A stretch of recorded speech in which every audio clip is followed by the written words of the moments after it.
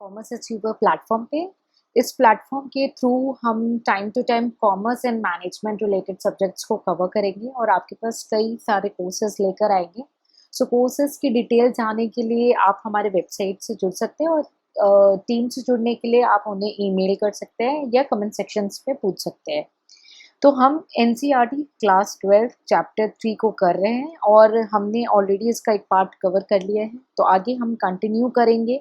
हमने already production portion cover कर लिया गया है और जिस भी स्टूडेंट को उस वहाँ पे डाउट था, आई होप वो क्लियर करके ही इस वीडियो को देख रहे होंगे। तो चलिए आज हम देखेंगे रिटर्न टू स्केल या जो हमारा सेकेंड पार्ट है कॉस्ट का। ठीक है, सबसे पहले मैं आपको एक बेसिक अंडरस्टैंडिंग दूंगी। अंडरस्टैंडिंग के बाद मैं रीडिंग भी करूंगी। मैं इस चीज़ को क्यों फॉलो अप करती हूँ, रीज़न है कि आपको अंडरस्टैंड करना और मेमोराइज करना दोनों इक्वली इम्पॉर्टेंट है। अगर आपने केवल अंडरस्टैंड किया तो आप एग्जाम हॉल में ले लैंग्वेज लिख के आ जाओगे जिसमें अच्छे मार्क्स नहीं मिलेंगे। और अगर आपने केवल रटना शुरू कर दिया तो उसके तो कई नुकसान है। एक तो अंडरस्टैंडिंग नहीं की तो रटने में भी दिक्कत होगी, और दूसरी बात, अगर आपने अंडरस्टैंड नहीं किया होगा तो आप ट्विस्टेड क्वेश्चंस भी सॉल्व नहीं कर पाएंगे। ठीक है, तो हम अंडरस्टैंड करेंगे, फिर उसके बाद रीडिंग करेंगे या साइमल्टेनियसली संग संग रीडिंग करते जाएंगे। ठीक है, रिटर्न टू स्केल। तो अभी तक हमने पढ़ा था ऊपर cost production law of variable proportion. ठीक है, जो कि कुछ ही फैक्टर्स में चेंजेस आने की वजह से, कुछ इनपुट्स में चेंजेस आने की वजह से आउटपुट में चेंजेस आ जाते थे। ठीक है, यहाँ पे क्या सिस्टम है कि आपने इनपुट लिया, कई सारे इनपुट 1 है, इनपुट 2 है, इनपुट 3 है, इसका कुछ कुछ पोर्शन हम यूज करते हैं। ठीक है, उससे हमारा आउटपुट यानी रिजल्ट यानी कोई प्रोडक्ट बन के आता है। सपोज एग्जांपल लेके चलते हैं शर्ट बन गया। ठीक, तो शर्ट के लिए क्लोथ लगा, मशीन लगी, बटन्स या चेन जिप लगी। ठीक है, तो ये सारे क्या हो गए, इनपुट हो गया, और आउटपुट क्या हो गया, शर्ट हो गया। ठीक है, तो रिटर्न ऑफ स्केल में क्या होगा, इसको भी 3 पार्ट में डिवाइड किया गया है। ये बोलता है कि इनपुट और आउटपुट का कुछ रिलेशंस है और उसको 3 फैक्टर में उस रिलेशंस को इसने डिफाइन किया है। ठीक है, यानी अगर इनपुट और आउटपुट दोनों एक ही प्रपोर्शन में बढ़ और घट रहे होंगे तो वो कांस्टेंट रिटर्न टू स्केल हो जाएंगे। ठीक है, इनपुट ज्यादा तेजी से बढ़ रहा होगा, ठीक है, तो इंक्रीजिंग रिटर्न टू स्केल होगा, और इनपुट कम तेजी से होगा तो डिक्रीजिंग रिटर्न टू स्केल होगा। ठीक है, तो चलिए रीड कर लेते हैं। The law of variable proportion arises because of the factor proportions. Factors मैंने already meaning clear की है पिछले वीडियोस में। Change as long as one factor is held as constant and other is variable. ठीक है, what if the both factors change? पहले क्या होता था, केवल लॉन्ग रन में ही दोनों फैक्टर चेंज होते थे। क्यों? क्योंकि काफी लंबा समय मिल जाता था, तो कैपिटल भी इंट्रोड्यूस कर सकते थे, मशीनरी भी इंट्रोड्यूस कर सकते थे। ठीक है, लेकिन शॉर्ट ड्यूरेशन में उतना समय नहीं मिलता है। ठीक है, सो लॉन्ग रन में ऐसा होता था कि सारे फैक्टर्स जो है मूव करते हैं। ठीक है, वही सेम है रिटर्न टू स्केल के साथ। When a proportional increase in all input, all input, ये तीनों इनपुट को देख के चला, ये नहीं कि केवल एक input. Proportional increase in all input, ठीक है, result in an increase in output bye same proportion, यानी ये ऑल को ले लेंगे, ये ऑल मिला करके 10% बढ़ रहा है तो आउटपुट भी हमारा 10% बढ़ना चाहिए। ठीक है, सो proportion increase in all inputs result in increase in output by the same proportion. The production function is said to be constant return to scale. I hope ये clear हो गया। चलिए नेक्स्ट देखते हैं। When a proportional increase in all input result in an increase in output by a larger proportion, यानी ये थोड़ा सा इंक्रीज हुआ, इनपुट तो इंक्रीज हुआ है लेकिन प्रोपोर्शनेटली कम। सपोज ये इंक्रीज हुआ 10% तो ये हो गया 12%। ठीक है, फिर से रीड करूंगी। Proportional increase in all inputs result in increase in output by a larger proportion, the production function is said to be increasing return to scale. ठीक है, last, decreasing return to scale holds when a proportional increase in all input result in increase in output by smaller proportion, यानी कि हमारे input जो है वो 10% बढ़ गए बट आउटपुट जो है 8% है। ठीक है, आउटपुट क्या है, 8% है, और कांस्टेंट में सब 10-10% होगा। ठीक है, आई होप क्लियर हो गया कॉन्सेप्ट। एक बार ये एग्जाम्पल को रीड करवा दूंगी। Suppose a production process all input gets doubled. एक प्रोडक्शन प्रोसेस चल रही है और सारे इनपुट यानी ये सारे इनपुट को डबल कर रहे हैं, ठीक है, तो क्या होगा, आउटपुट भी डबल हो रहा है। तो जब दोनों ही डबल हो रहा है और इक्वली रेशियो में बढ़े हैं तो क्या हो जाएगा, कांस्टेंट रिटर्न टू स्केल हो जाएगा। इफ आउटपुट इज लेस, ठीक, output is less, output is less, output is less, तो डिमिनिशिंग रिटर्न टू स्केल, ठीक। And if output is more, output is more, तब क्या हो जाएगा, increasing, when output is more then increasing return to scale। तो output is less decreasing, output is more increasing। ऐसे memorise कर लो फटाफट, यही कि यही मेमोराइज कर लो, ठीक है। अब कॉस्ट आ जाएगा, return to scale, I hope आपको क्लियर हो जाएगा। वीडियो के एंड में ना कुछ क्लिप्स ऐड करूंगी, उसको एक आपकी क्विक रिवीजन के लिए है। और स्टूडेंट्स एक स्पेशल रिक्वेस्ट है, इस टॉपिक को जैसे आज आपने वीडियो देखा, ठीक, और समझ लिया, please it's a humble request, या तो मत देखना, और अगर देखोगे ना तो विद इन 24 आवर्स के बाद एक बार फिर से देख लेना रिवीजन के लिए, ताकि वो आपके कॉन्शियस माइंड में कंप्लीटली सेट हो जाए। क्योंकि मैं ये जब कॉन्फिडेंटली आपको बोल रही हूँ कि अगर 24 घंटे के अंदर अंदर नहीं देखना है तो ये वीडियो भी मत देखो, फिर ये आपके लिए नहीं है प्लेटफॉर्म।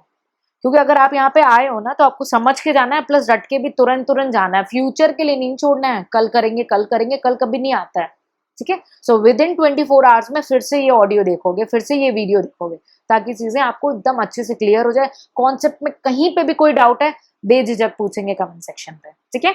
चलिए कॉस्ट देखते हैं, कॉस्ट क्या है। कॉस्ट यानी खर्चा। अभी हमने बोला ना बहुत सारे इनपुट है, इनपुट को यूज करते हैं, कई 1 2 3 4 तरीके के इनपुट है, और उससे शर्ट बना ली, ये हो गई आउटपुट हो गई। भाई तो इनपुट खरीदेंगे तभी तो आउटपुट निकालेंगे, तो इनपुट लाने के लिए पहले खर्चा तो होगा। तो देखते हैं उन खर्चों को कैसे डिवाइड किया गया है, कैसे अंडरस्टैंड करेंगे, ठीक है। They can be more than one input combination, obviously more than one input है, ऑब्वियसली शर्ट बनाने के लिए क्या है, बटन चाहिए, क्लोथ चाहिए आपको, ठीक है, मशीन चाहिए, तो there can be more than one input combination which a firm can produce a desired level of output. Desired यानी उसकी इच्छा लेवल का वो आउटपुट निकाल सके। तो इनपुट में तो आपका अगर सर्विसेज ले लें तो लेबर भी एक तरीके की इनपुट हो जाएगी, ठीक है। That combination of input which is least expensive, obviously जिसमें 4 पैसे बचे वही वो चूज करेगा मैन्युफैक्चरर, ठीक। So the combination of input which is least expensive for every level of output the firm chooses the least cost input combination. जो सबसे कम खर्चा ऑप्ट आउट करेगा ऑब्वियसली उसको चूज करेगा। दस the cost function describe the least cost of production each level of output given price of factor of production in technology. यानी price of factors, ठीक है, और टेक्नोलॉजी सेम है, ठीक है, और प्राइस फ्लक्चुएट करे तो जो सबसे सस्ता होगा ऑब्वियसली ऑर्गेनाइजेशन उसको प्रेफर करेगा। 2 मिनट पॉज कर रही हूँ, जो हाईलाइटेड लाइन है उसको फटाफट से रीड कर लो। तो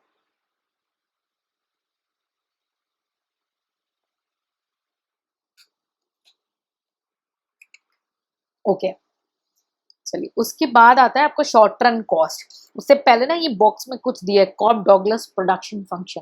ये है कौन, कॉब डॉगलस प्रोडक्शन फंक्शन, क्यों आ गया हमारे पीछे, इसमें कुछ ज्यादा दिमाग नहीं लगाना है। ये वही इनपुट और आउटपुट के रिलेशनशिप को एक फॉर्मूला के फॉर्म में आपके सामने, एक फंक्शन के फॉर्म में आपके सामने रखते हैं कि इनपुट आउटपुट का ये रिलेशन है। तो वो आपको सिर्फ यही ध्यान रखना है कि ये है फॉर्मूला, Q यानी output is equals to x1 alpha x2 beta.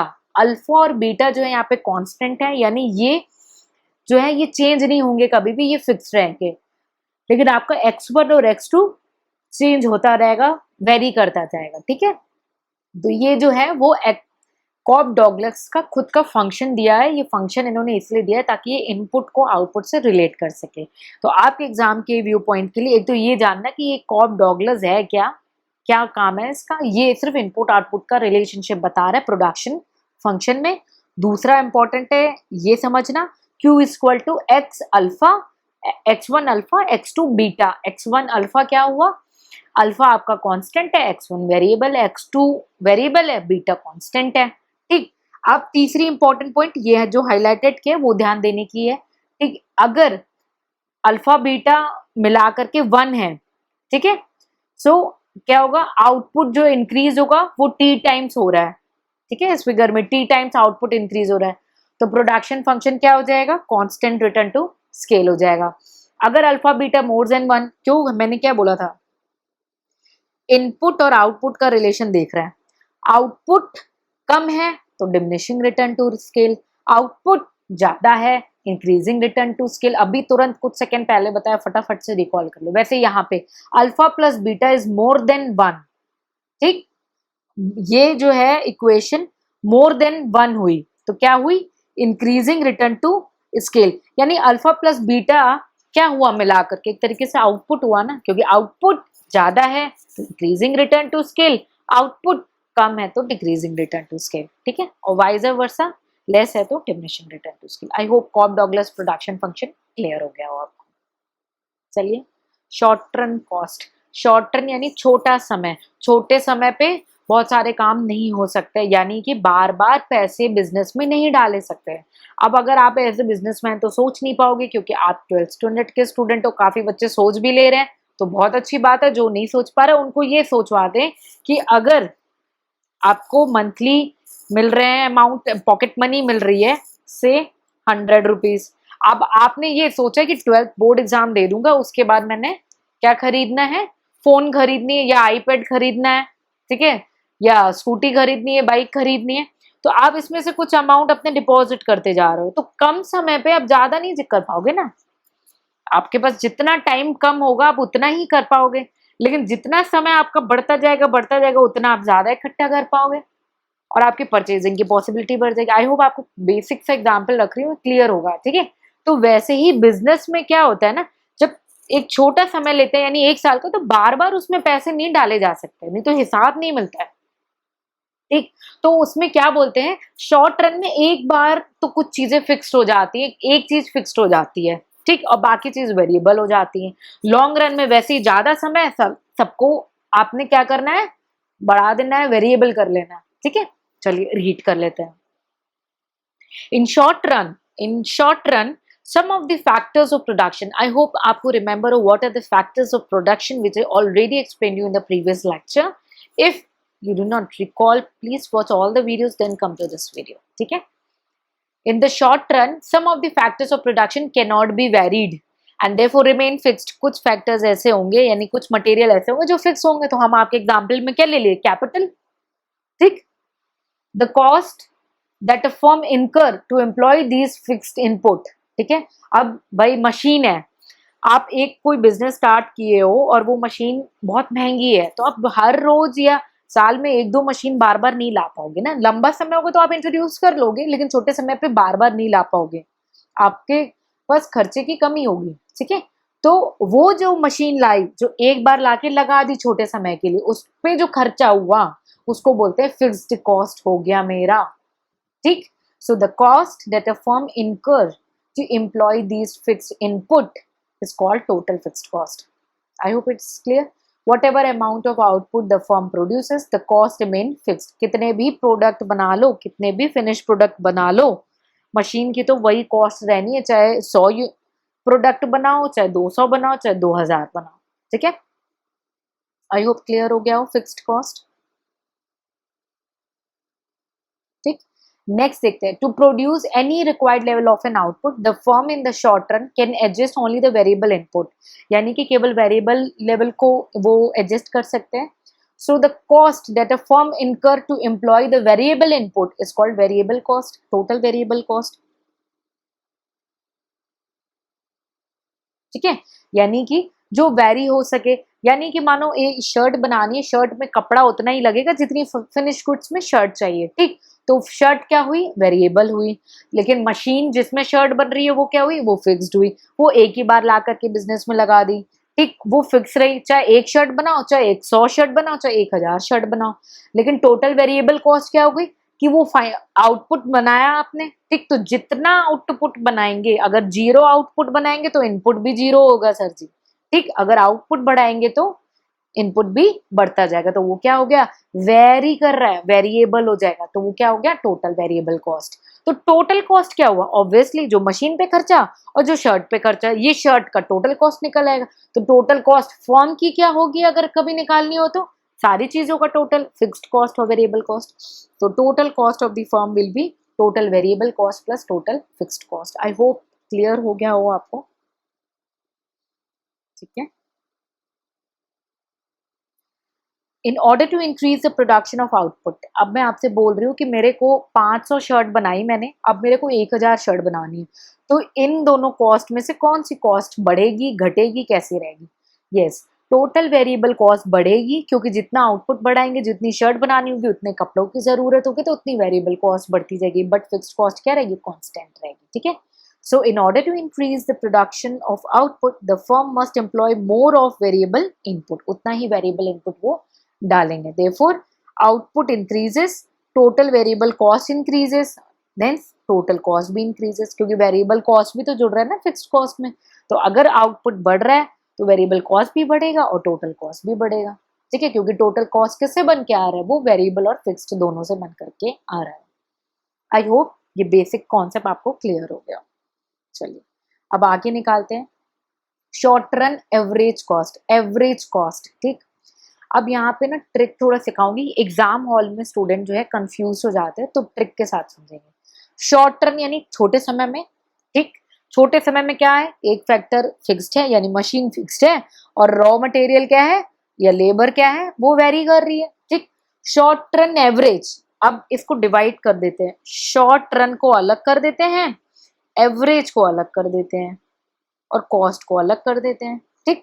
तो एवरेज क्या होता है, आपने हमेशा पढ़ा, जितना नंबर डिवाइडेड बाय उसका क्वांटिटी, ठीक। तो short run average cost is equals to total cost by quantity.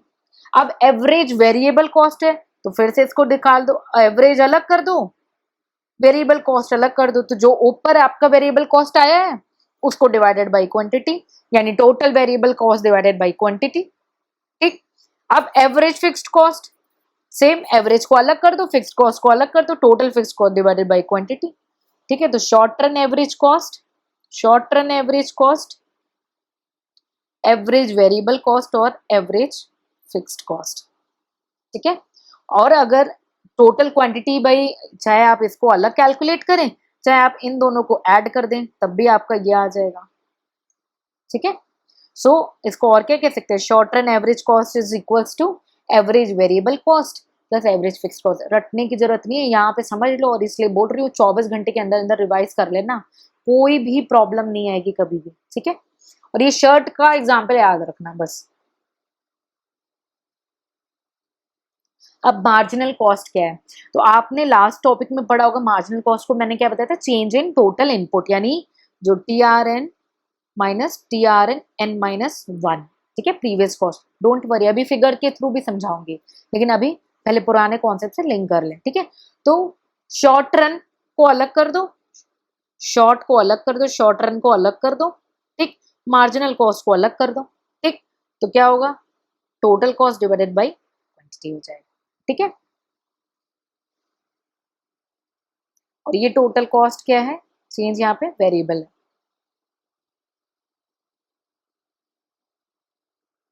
चलिए अब ये फिगर देख लेते हैं, इसको डिस्कस कर लेते हैं। आपको टोटल ये गिवन होगा, ठीक, और टोटल फिक्स्ड कॉस्ट गिवन होगा, क्वेश्चन में टोटल वेरिएबल कॉस्ट भी गिवन होगा। अब बाकी चीजें हमें निकालनी है सपोज, ठीक।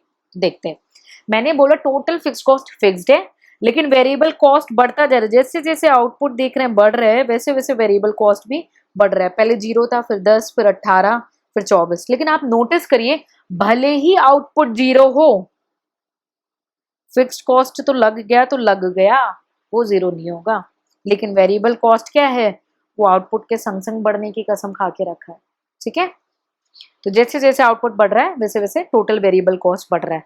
और टोटल कॉस्ट कैसे होता है, total fixed cost plus variable cost, 20 plus 0 20, 20 plus 10 30, 20 plus 18 38, 20 plus 44 sorry 24 44, 20 plus 29 49, ठीक। सो ये हो गया। तो इसको अगर हमने 1 2 3 दे दिया, तो fourth column is equals to 2 plus third column, ठीक। अब मैंने देखो लिखा है एवरेज फिक्स्ड कॉस्ट, तुरंत डिवाइड कर लो, एवरेज अलग फिक्स्ड कॉस्ट अलग, तो fixed cost divided by quantity, तो 2 कॉलम नंबर 2 डिवाइडेड बाय 1। ठीक, चलिए देखते हैं 20 divide by 0 nil, 20 by 1 20, 20 by 2 10, 20 by 3 6.67, 20 by 4 5। ठीक है, ये हो गया एवरेज फिक्स्ड कॉस्ट। अब आते हैं चलिए एवरेज वेरिएबल कॉस्ट, यानी कॉलम नंबर 3 डिवाइडेड बाय 1।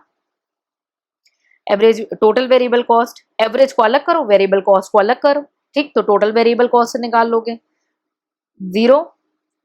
ठीक, उसके बाद 10 बाय 1 10, 18 बाय 2 9, 24 बाय 3 8। ठीक है, ऐसे सो ऑन करके कर लेना। ठीक है, अब short run average cost, short run average cost क्या है?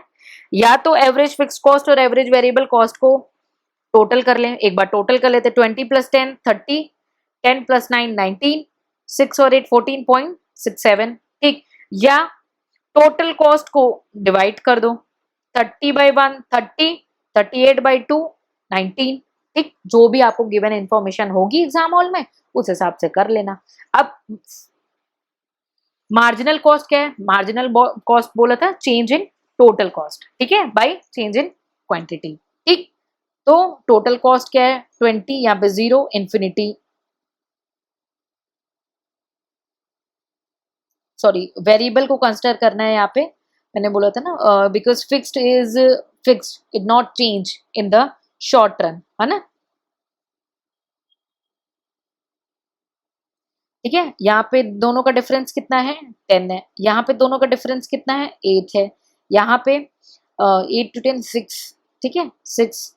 यहाँ पे डिफरेंस 5, ठीक है, यहाँ पे डिफरेंस 4, ठीक है। सो ये कॉलम नंबर 1 2 3 3 का चेंज है, कॉलम नंबर 3 का चेंज, यानी change in total variable cost. ये बॉक्सेस फिल्ड हो जाएंगे। एक बार पॉज करके फिर से रिवाइंड करके इतने पोर्शन को रिवाइज कर लो और विद इन 24 आवर्स में देख लेना, देखना कभी मिस्टेक नहीं होगी। ठीक है, रीड करेंगे एक बार। Short run fixed cost can not be changed, जो हाईलाइटेड है वो रीड कर रही हो। When we change the level of output, whatever changes occur to the total cost is entirely due to the change in total variable cost। यानी कि जब भी हम आउटपुट में चेंज करेंगे तो आउटपुट में जो चेंज होने का कारण की वजह से टोटल कॉस्ट में जो चेंज आएगा वो वेरिएबल कॉस्ट की वजह से आएगा, ना कि फिक्स्ड कॉस्ट की वजह से। ठीक है, सो शॉर्ट रन में क्या होगा? In short run the marginal cost is in the increase in total variable cost due to increase in production of 1 extra unit of an output. यानी जितना आउटपुट बढ़ाते जाएंगे उतना बढ़ते जाएगा। डायग्राम को समझना इंपॉर्टेंट है। चलिए ये देखिए, ये आपका टोटल वेरिएबल कॉस्ट है और टोटल फिक्स्ड कॉस्ट है। मैंने टोटल फिक्स्ड कॉस्ट देखिए यहाँ पे 0 से स्टार्ट हुआ है, यानी कि अगर कोई भी प्रोडक्शन नहीं स्टार्ट होती है लेकिन मशीन तो आपको ला के रखनी पड़ेगी, तो इसीलिए ये 0 से स्टार्ट होता है और स्ट्रेट लाइन जाता है एज ए हॉरिजॉन्टल लाइन। ठीक है, हॉरिजॉन्टल लाइन जा रहा है। ठीक, और आपका जो है टोटल वेरिएबल कॉस्ट 0 से स्टार्ट है, जितना जितना आउटपुट बढ़ता जाएगा उतना वेरिएबल कॉस्ट बढ़ता जाएगा। उसी प्रपोर्शन पे क्या है, क्योंकि टोटल कॉस्ट जो है वो टोटल वेरिएबल कॉस्ट और टोटल फिक्स कॉस्ट दोनों को लेके निकलता है। ठीक, तो इसीलिए ये इस पॉइंट से स्टार्ट हुआ और इन दोनों का जो गैप होता है वो फिक्स्ड कॉस्ट होता है जनरली। ठीक है, सो आप देख रहे हैं कि टोटल कॉस्ट जो है सेम तरीके से बढ़ रहा है जिस तरीके से टोटल वेरिएबल कॉस्ट बढ़ता है। ऐसा क्यों होता है? क्योंकि टोटल वेरिएबल कॉस्ट हमारे आउटपुट के साथ साथ सेम प्रपोर्शन पे बढ़ रहा है और फिक्स्ड कॉस्ट हमारा फिक्स्ड है। ठीक है, तो देख रहे हैं ना आप, सेम जा रहे हैं ना, सेम शेप है ना, और ये जो गैप होगा ये हो जाएगा आपका फिक्स्ड कॉस्ट। आई होप आपको क्लियर है। जिस भी स्टूडेंट को कोई डाउट होगा तो पूछ लेंगे। ठीक, अब हमने एवरेज फिक्स्ड कॉस्ट भी देखा। ठीक है, फिक्स्ड कॉस्ट, तो उसके बाद क्या है, ये आपका डाउनवर्ड स्लोपिंग है। ठीक, क्योंकि फिक्स्ड कॉस्ट का एवरेज निकाला हमने। जब नंबर से पुट करेंगे ना, तो अगर आपने ऐसे चार्ट पे आउटपुट और कॉस्ट रखा ना तो आपका ये स्लोप जाएगा। ठीक है, एवरेज फिक्स्ड कॉस्ट। ठीक है, ये जो हाईलाइटेड पॉइंट है मैं आपके सामने स्क्रीन में रख रही हूँ, एक बार इसको कोई रीड कर लें। चलिए मैं रीड करा देती हूँ। This an increase in total variable cost, so total variable cost बढ़ने से टोटल कॉस्ट में इंक्रीमेंट होती है। ठीक है, आउटपुट इंक्रीज होता है तो टोटल वेरिएबल कॉस्ट भी इंक्रीज होता है, तो टोटल कॉस्ट भी इंक्रीज हो रही है। ठीक है, so total fixed cost is independent of the amount of output, मतलब उसको आउटपुट से कोई मतलब नहीं है, फिक्स्ड कॉस्ट हो रहा है तो होगा ही। ठीक है, and remain constant for all level of the production. जो बार बार मैं वर्बली बोल रही हूँ ना, ये बस सिर्फ हाईलाइटेड पॉइंट वही लिखे हुए हैं, ठीक है। ये हॉरिजॉन्टल स्ट्रेट लाइन जाता है फिक्स्ड कॉस्ट का, ठीक है। और ये देखिए आपका एवरेज क्या हो गया, ये रेक्टेंगुलर हाइपरबोला। क्या शेप है एवरेज फिक्स्ड कॉस्ट की? Rectangular hyperbola. क्या शेप है एवरेज फिक्स्ड कॉस्ट की? रेक्टेंगुलर हाइपरबोला, रेक्टेंगुलर हाइपरबोला, ठीक है, एवरेज फिक्स्ड कॉस्ट। चलिए आगे बढ़ते हैं। एवरेज फिक्स्ड कॉस्ट की शेप देखिए। एवरेज वेरिएबल कॉस्ट क्या है आपका? यू शेप है, ठीक, यू शेप है। ये हाईलाइटेड पॉइंट को यहाँ पे पॉज कर लेंगे। जितना मैं बार बार वर्बली बोल रही हूँ वो सारी चीजें यहाँ पे लिखी हुई हैं, ठीक है। एक बार इसको रीड कर देंगे, ठीक है। मैं यहाँ पे, आप वीडियो को यहाँ पे पॉज करेंगे और प्लीज इसको रीड करेंगे। बिना रीडिंग के आप आगे नहीं बढ़ेंगे, ठीक है। बिकॉज देखिए अंडरस्टैंडिंग और वर्ड्स मेमोराइजेशन इंपॉर्टेंट है, तो ध्यान से इसको एक बार रीड करेंगे।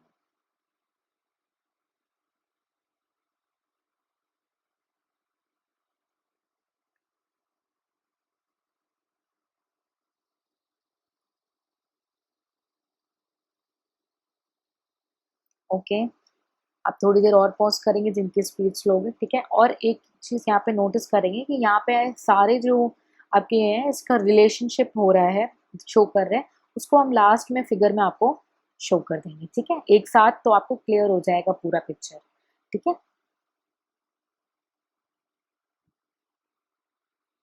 एज लॉन्ग एज एवरेज, ये पूरा जो रिलेशनशिप है इसका एक डायग्राम बनाया है, उसको वीडियो के एंड में आपसे शेयर कर दिया जाएगा। आप प्लीज़ उसको बिना देखे फाइंड अप नहीं करेंगे इस टॉपिक को,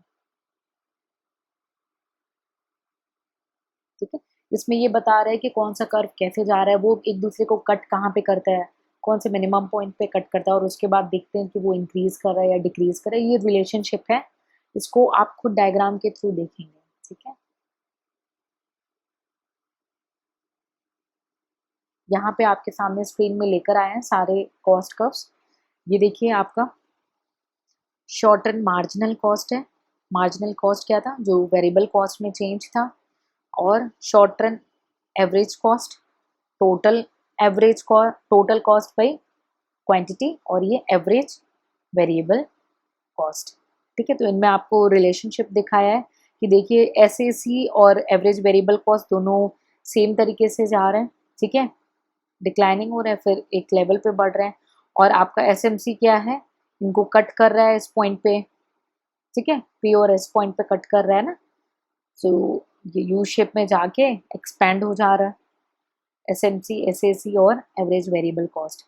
हाँ, कुछ स्टूडेंट्स को इसके एमसीक्यूज की प्रैक्टिस करनी है, तो हमारे वेबसाइट पे हम समय समय पे एमसीक्यूज भी पोस्ट करेंगे, तो आप एक बार www.commerceachiever.com से जुड़े रहेंगे एमसीक्यूज को सॉल्व करने के लिए, ठीक है। सो प्लीज़ आप उससे जुड़े रहेंगे अगर आपको ये इकोनॉमिक्स के एमसीक्यूज करने हैं तो, ठीक है। ओके, चलिए लॉन्ग रन। जैसे कि शॉर्ट रन में मैंने बताया कि एक फैक्टर फिक्स रह ही जाता है, जैसे कि आपकी मशीनरी है, और बाकी फैक्टर्स को हम वेरिएबल बोलते हैं, ठीक। बट लॉन्ग रन में क्या है ना, काफ़ी ज़्यादा समय मिल जाता है, तो आपको पैसा इकट्ठा करने में, उसको इंट्रोड्यूस करने में काफ़ी मौके मिल जाते हैं। तो लॉन्ग रन में सारी चीज़ें बदल सकती है, सब चीज़ें बदल सकती है, तो सारी चीज़ें क्या हो गई, सारे इनपुट क्या हो जाएंगे, वेरिएबल हो जाएंगे। All input are variable and there is no fixed cost. The total cost and total variable cost coincide in long run, यानी उस समय क्या हो जाते हैं, सारी चीजें कोइंसाइड हो जाती है, ठीक है। तो लॉन्ग रन एवरेज कॉस्ट का फॉर्मूला क्या हो जाएगा फिर? Total cost by quantity, total cost by quantity. और marginal cost, long run marginal cost का है total cost in quantity of one of quantity n minus one. किसका? टोटल कॉस्ट से रिलेशन है, ये भी टोटल कॉस्ट से रिलेशन है, क्योंकि सारी चीजें वेरी हो जा रही है, तो टोटल कॉस्ट से ही स्ट्रेट अवे रिलेशनशिप किया है, ठीक है। इसमें भी बताया है decreasing return to scale imply that if you want to increase the output by a certain proportion, input need to be increased by more than that proportion, ठीक है। As a result, cost also increased by more than that proportion.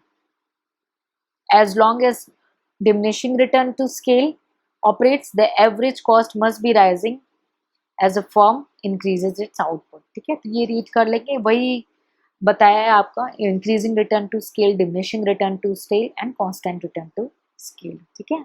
और ये आपके सामने average, long range, average cost और marginal cost, average और marginal का relationship यहाँ पे आपके सामने रख दिया गया है, ठीक है। इसको रीड कर लेंगे और अब एक्स्ट्रा कुछ समझाने के लिए नहीं है यहाँ पे। तो आपको अगर कोई भी डाउट होता है, I think I have covered every, summary जरूर रीड करेंगे। एग्जाम हॉल में जाने से पहले एक दो बार समरी जो है जरूर रीड करेंगे, आपसे रिक्वेस्ट है, ठीक है। कोई भी डाउट है तो आप समरी रीड करेंगे। आई होप आपको कॉन्सेप्ट जो हैं क्लियर हो गए हों, और यही इसी से हमारा चैप्टर 3 जो है कंप्लीट हो जाता है, प्रोडक्शन एंड कॉस्ट का।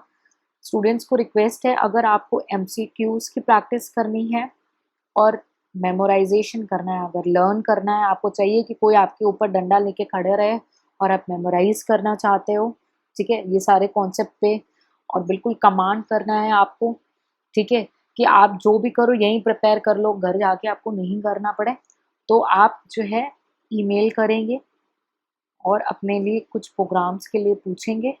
एमसीक्यूज के लिए आप वेबसाइट पे विजिट करेंगे, अभी करेंटली पोस्टेड नहीं है, एक्टिव नहीं है वो एमसीक्यूज, हम जल्दी से ही जब कुछ लिमिट में कंपाइल हो जाएंगे तो हम उसको एक्टिव करा देंगे, ठीक है।